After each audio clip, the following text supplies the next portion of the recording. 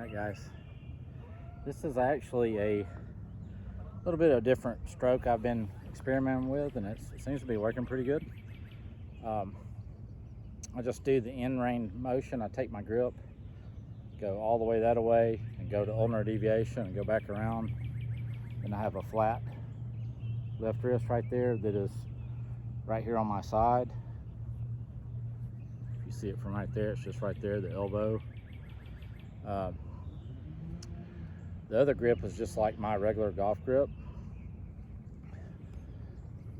except for my hands might go a little bit further up. And so I'm locked on the side here. I've got the in-range motion going on here. I've got a rear ball position. I have a hinge in the back of my right hand, and I just maintain that structure. It's like that. It's actually prevents me from having any pulls. It's actually a blocking type stroke. I know it's just like channel lock. I know that it's going to start on that line all the time. So that's what I've kind of gravitated towards in my putting.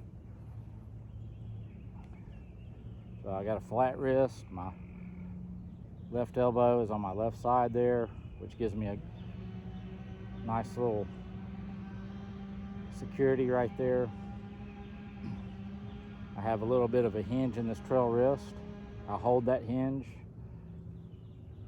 ball off the back of my feet, and it's just a little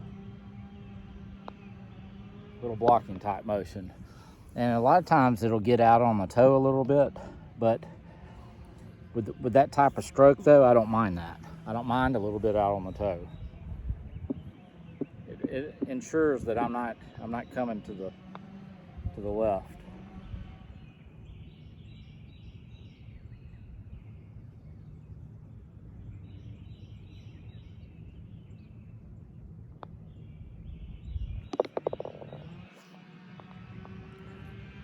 So it definitely will get the ball started on the line that you want. You're never going to pull it.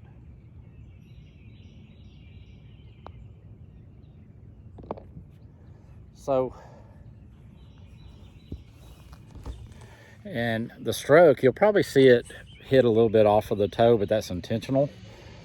Just not way far out on the toe, but it's a good way of putting. If you hit a lot of pulls and pushes, I'm basically eliminating one side of the green, just like you would try to eliminate one side of the golf course on a full shot or a tee shot.